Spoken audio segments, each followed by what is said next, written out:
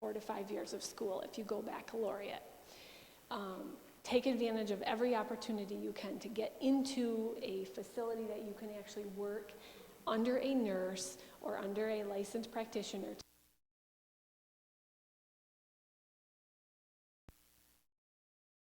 Intensive care unit, and worked there for 7 years. My goal was to actually be a flight nurse at one point. This is before we started having children. But when I worked on neurotrauma, we had to a lot of times transfer very sick patients via ambulance to different hospitals in Michigan. And I was on a transfer in the back of an ambulance, and it was me and then a respiratory therapist with a very sick patient. And it was in the middle of like tornadoes and storms, and the whole ambulance was just swaying everywhere. And I was sick the entire time. I was green. I thought I was going to be sick. And that changed. I think the Lord used that for me. I really do believe that, to say this is not the path you're headed on. Because I had all but one of my extra licensures to get through, and I was headed up in a helicopter. So the Lord used that to shut the door. So just always pray about your future, because he will guide you. But then we started having children, Craig and I did. And I ended up going from neurotrauma ICU. He's also a nurse. So one thing about nursing is you can get what you call mandated.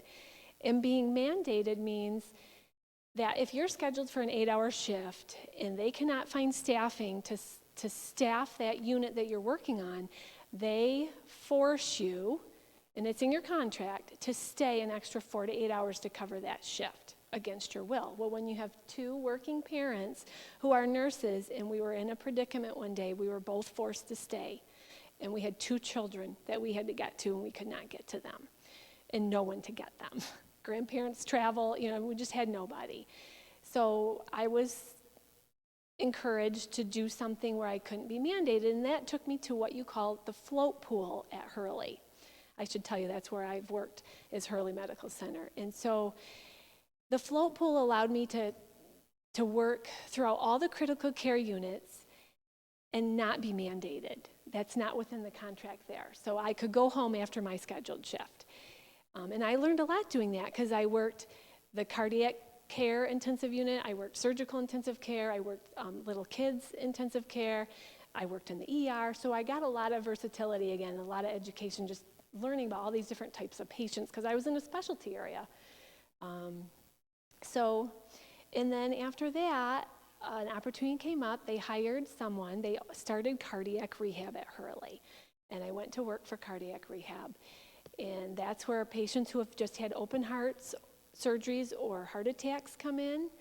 And we train them on different lifestyle modifications. And then we exercise them while we're monitoring their hearts, making sure that their hearts are going to do okay through that exercise, because a lot of people with heart attacks still want to go jogging, right? But they can't do that till we make sure their heart can do that. I worked that for several years, and now I currently work for a company named Zoll, and I go around to hospitals all over the lower part of Michigan and even the upper part of Michigan, and I put wearable cardiac defibrillators on patients who are at risk of cardiac arrest. And if I am talking way above your head, please raise your hand. But that means if a patient who has a very weak heart is at high risk of going into any of those heart rhythms that could lead to death, this simple device that I teach them how to use, I put it on them and teach them how to use it, can save their life. In fact, it will save their life. It's 99% effective if they're wearing it correctly. So that's where I'm currently at. But the reason when they asked me to come talk, I'm very excited to tell you about nursing, and because nursing is the most versatile job you will ever or could ever go into. So this is what we're going to do. You ready? I'll help you too if we get going too fast. Okay. So when you become a nurse, who can tell me what kind of nurses there are? So think about when you go visit someone on the hospital, what kind of units are there? Or what kind of places would you go visit?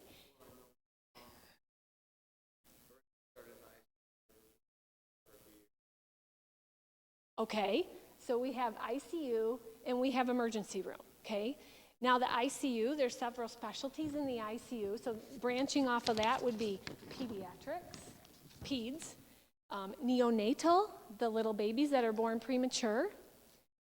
Talk about a really good job, by the way, if you don't want to hurt your back. That's where a lot of our nurses go that have back problems. And then, of course, you have your surgical, you have all your specialty ICUs. We have, at Hurley, we've got a burn unit where anybody that's burned would go. Where I worked for years, my stomping grounds was trauma ICU, anything where gunshots, stab wounds, car accidents, that's what I dealt with.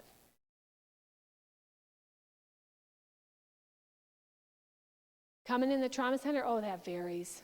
That varies. Our ER is typically filled with about 60 people at a given time.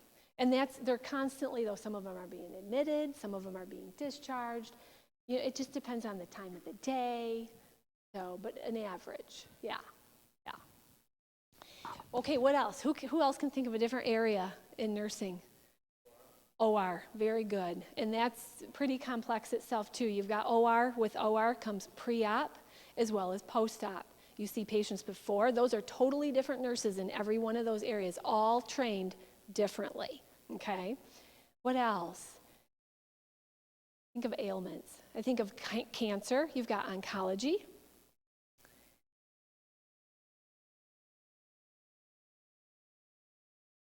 Labor and delivery.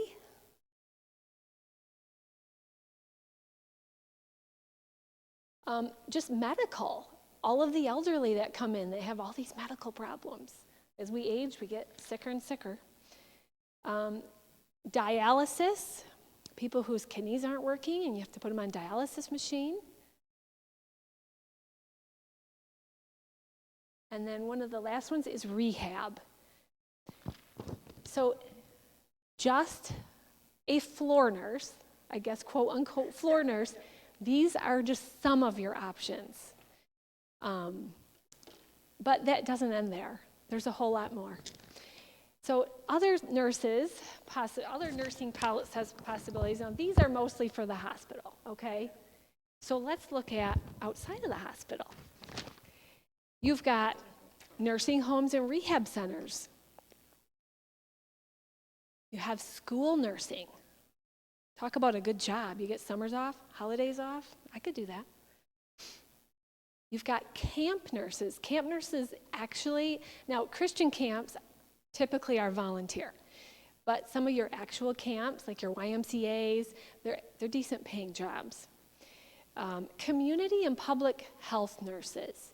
These are the nurses that are working for the county, that are administering immunizations, that are going out in the community doing education, especially in our lower socioeconomic status areas.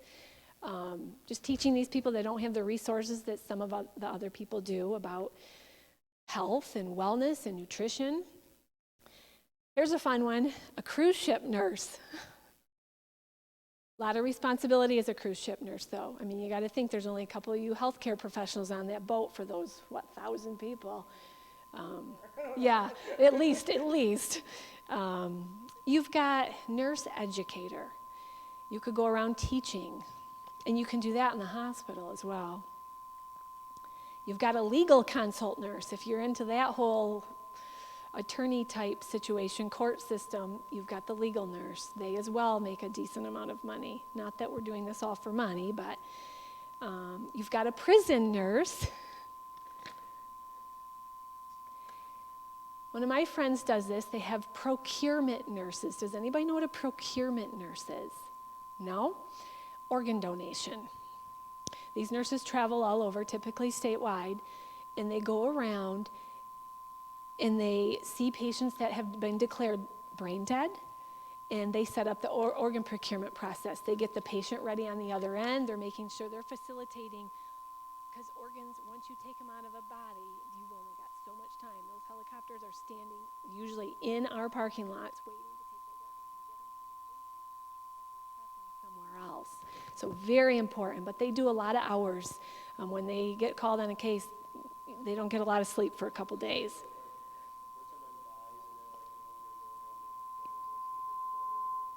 Or maybe they Oh, yeah. Yeah, like she said, maybe they were been Yeah. and now they're ending like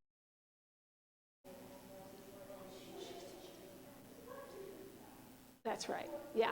And those are the ones usually that are more time crucial because this patient is still, they're declared brain dead, but they're still alive. It's usually a younger person that's been in an accident is our typical scenario. They've got a strong heart, strong lungs.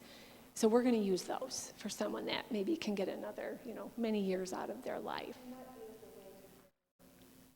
Yeah, yeah.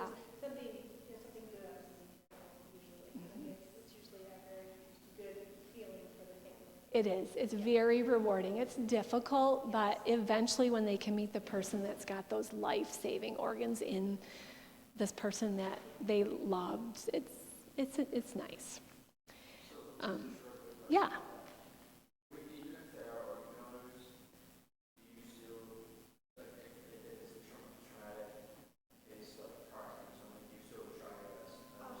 Oh, absolutely. Yes, there are so many legalities and policies and protocols we have to follow. That's a very good question. Yeah, you would never look at a patient and go, oh, that's a 27-year-old, and well, they're kind of borderline. We'll just declare them brain dead. No, we have got to follow. This could be another hour-long lecture. We have to follow serious protocols. There are several professionals that are called in before it's even considered a possibility. Yeah, absolutely. Yeah. 100%. Always. Yeah. Yep. Oh, and I've seen that time and time again. You have to disassociate yourself from that. You have to remember, and this is what as a believer, I always looked at the patient and how it helped me. And not everybody has what we have as believers. We are blessed. I would look at that patient, even though I knew that person just killed that woman's patient, the woman next door in the room, their daughter in a car accident. I would look at that patient if it was mine and say, Jesus loves this person. And that's how you have to do it. Because it's true, we're all sinners. They made a mistake. There is. We take the Florence Nightingale pledge when you graduate. And you have a lighting ceremony. And yes, there is. And that is within your oath. So very good question. Yep. Yeah. And there's many more, but I don't want to focus all on that, but just so you get an idea of, this is just some. We could keep going. But let's talk about college. So what do you have to do to get here? There are so many, again, possibilities. Start with this.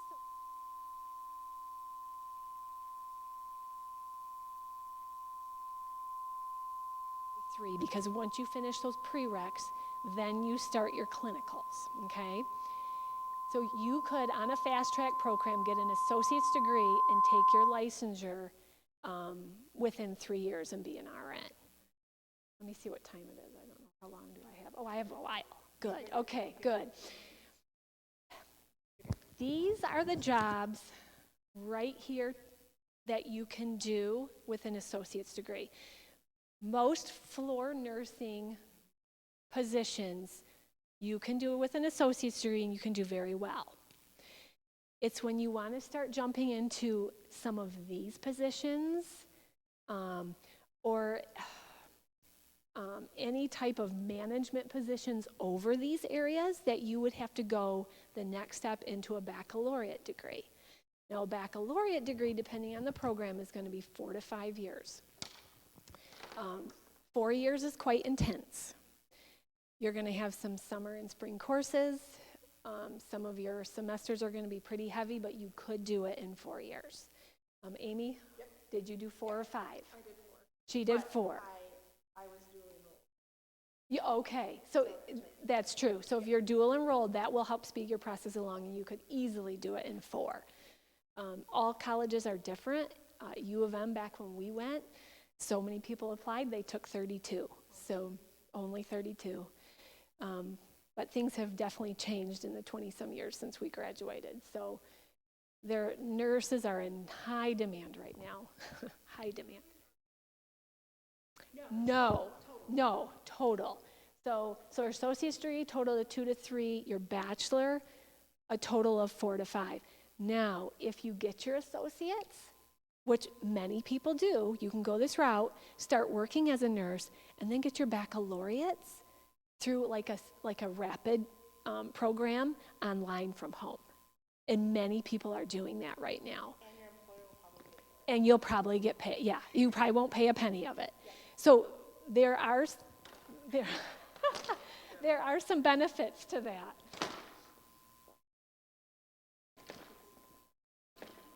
I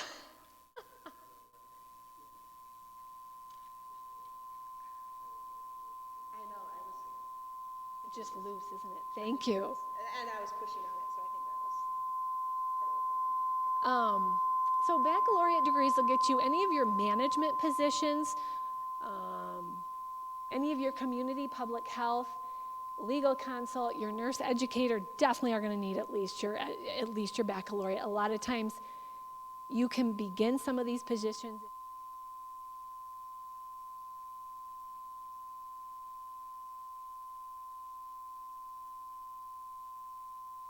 I'm sure Mrs. Amos would agree.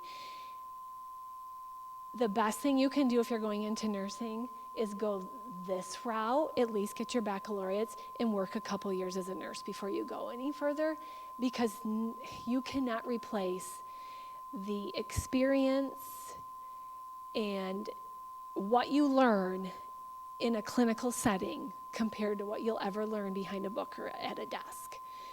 Yeah, I just strongly encourage anybody to at least get a couple years of nursing if you're going to go this route. So the next step is, this is where it gets a little bit more complicated. You can go on to get your master's degree in nursing. There's some specialty areas. Once you pick your master's degree, you're going to want to have an idea of what direction you're headed, because there's several master's degrees. One, let's talk about the first one, is your nurse practitioner degree. Now, if you go with the nurse practitioners typically practice under a licensed physician. But these nurses are seeing, there are a lot, if any of you heard of a physician assistant, okay, very similar. So they're practicing under a licensed physician, and they're actually seeing patients in the clinic or in the hospital. We've got nurse practitioners that work with the orthopedic surgeons that assist them in surgeries. We've got nurse practitioners that work with our family practice doctors that are seeing their patients in the hospital. In all of these areas, you could, Yeah, exactly. all of them, every one of them. You could be, the dialysis doctors have nurse practitioners, so they're overseeing these patients. So like Amy said, any of these areas, you can be a nurse practitioner, you can go to the ER. They're in high demand, and they are going to be even more in high demand in the next 10 years. So that's one route you could go with your master's degree. Another route you could go is a course into nurse educator, like we talked about earlier. These nurses are the nurses that are educating the staff in the hospital or in other facilities typically, okay? Management, any type of management, and that could be from many standpoints. Nurse managers can have bachelors. A lot of times they have masters now, as well as like your director of nursing. So the couple nursing individuals in a hospital that are over all of the nurses in the whole hospital, they're going to have your master's degrees, okay? I keep hearing a humming. Nurse midwife, for any of you that are interested in like OBGYN, like baby deliveries, nurse midwife would require a master's degree, and they literally deliver babies and go into homes. They do home births. They do these centers where they birth in a center instead of at a hospital. And again, that's a growing profession, because a lot of people, even after COVID, are really choosing to not have their babies in hospitals anymore. So that's a thought. One other is what we call a CRNA, or a Certified Registered Nurse Anesthetist. This is an extremely specialty area. Takes a lot of schooling. However, in fact, this one does require you to be a critical care nurse for at least 2 years before you even apply or enter into a program. But this job, what is so likable about this job, if any of you know, is it makes a lot of money. So a lot of people go into it for the money, but please do not do that. Make sure you know what you're going to be doing for the rest of your life before you decide to go do this. But we have just witnessed a lot of the people that have went into it, that's what they like, that's what they went into, and I would want to like what I do before I pick to do something the rest of my career. So, yeah. So let's talk about what could you do as a nurse? Let's say you start nursing, you have this degree, and you're, oh, this is not for me. I've been doing this for 10 years. I'm burnt out. It happens all the time. Nursing has a very high burnt out rate. That's why they're in such demand. It's very taxing on your emotions. It's on your body. It's physical. It's just hard to see what you see as a nurse in the hospitals day in and day out. Your mother would agree with us. I'm sure she comes home sometimes, doesn't she, Connor? A little stressed, a little upset about certain cases she's seen. Probably, yep. It can get to you, but it's also very rewarding. It can be such a rewarding, especially as a believer. I have prayed with people. It's so awesome. But that being said, there is a burnout. So if you start to get burned out, is your degree a waste? No. There's many things you can still do. And you can seek, again, like nurse educator. You're not taking care of patients, but you're teaching the nurses. That's a different role. You're teaching nurses and doctors different things. You can go into IT. You know what IT is. I'm speaking to a generation that knows what IT is. They need nurses, and they need nurses a lot now, where all of our systems have converted to electronic medical records. So everything we do is electronic. Well, that's always got to be updated and met with requirements from the states and federal levels as to what we're doing and practicing and protocols. So you can work from home as a telemedicine nurse, just answering phone calls. You can work for an insurance company, and then you can also work for pharmaceutical companies. And pharmaceutical companies go around to different offices and hospitals. Basically, they're like salespeople making a lot of money. They're pushing their drugs. They're saying, this drug's good, and this is what it's for, and you should try this drug. So, what do you think? Is that versatile? You've got a lot of options. What's that? That's why we wanted the whiteboard. And honestly, I could get deeper. I don't have enough time. But what do you think, guys? Is this just primarily a woman profession? Not at all. I wish my husband could be here. He has been a nurse just as long as I. That's where we met, in nursing school. He actually, let me tell you a little bit about what he did as a guy. He started in ICU, the medical surgical ICU, and then he went and worked for the GI lab, and he loved that, and the doctors loved him, and it just was a phenomenal job. People who are having scopes and procedures, he worked there, and now he currently is a case manager, so he's in management now. In that job, he works in the ER, both there and up on the floors, but he's got experience that can take him anywhere now. So I'm sure you want to know about salaries. Yeah, you have like just 1 minute. So 1 minute? Yeah. I know you want to know this part. We don't have to write it if you want or whatever. LPN, on average, $44,000 a year. An RN, on average, $71,000 a year, and climbing. Because of COVID, right now, some of the nurses that we work with, one of them's in Hawaii, making $5,000 a week, all expenses paid. Some of them are down in the Detroit area at some of the Detroit hospitals that are struggling to get nurses. Many of the nurses down in the Detroit hospital transfer over from Canada, and they drive every day, and I don't know why, but they're having a nursing shortage down there, and they're paying big bucks down there as well. Nurse practitioner, $107,000. Midwife, $103,000. CRNA, approximately $170,000. thought you guys would like that. I think at your age I would have enjoyed that. But remember, don't go into anything because of the money. Pray, ask the Lord to guide you. And most importantly, I save the most important part for last, but the coolest thing is, if you have this experience under your belt, the Lord can use you in missions, and he could take you anywhere. So nurses are needed in missions. So.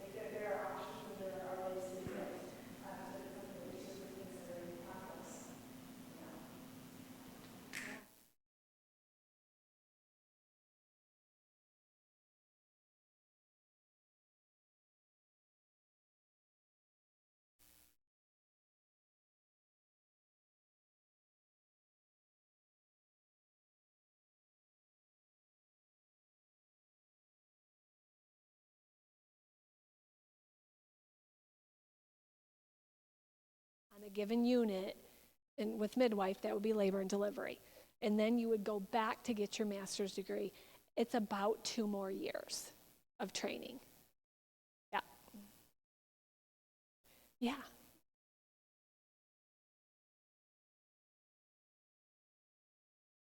That gets tricky. It just depends on what school you go to, how much they transfer over your credits in your education. If you're thinking doctor, and we have seen nurses that go back to be a doctor, but I mean, if you're already thinking doctor at this level and you're like, nah, I don't know about nursing, I would just stick to the doctor path. That's my personal opinion, because it might save you a couple years. Sadly, you're right, you won't get that experience as a nurse, but you'll get other experiences through your residencies. Yeah. Would you agree, Amy, to that? Yeah. Okay. Yeah, especially if you're thinking, if you want to do it, and you would just work on encourage. Yes. Thinking doctor. A lot of it, and then. Correct. And something to think about. Most of these jobs, you are not on call. Doctors are on call. I mean, Amy would agree. When I worked neurotrauma, I woke so many doctors up every night. They don't sleep. One time, you want to hear a funny story? I called the doctor. He fell asleep on the phone. He was snoring. I could not wake him up. I literally put him on speaker, and we laughed about a minute before we finally got this guy to wake up. So they're exhausted. So something to think about. I'm not discouraging you to going to be a doctor. If the Lord's calling you into that, he will give you the strength and the energy. But that is a difference. So any other questions? Okay. Oh, Brooklyn, will you get that out for them? Oh, sorry. And then here's just the thing. Oh, thank you. Thank you. You're welcome. I brought you this. What's that? That's okay. That's okay. Let me run and get something. Oh, yeah, thank you.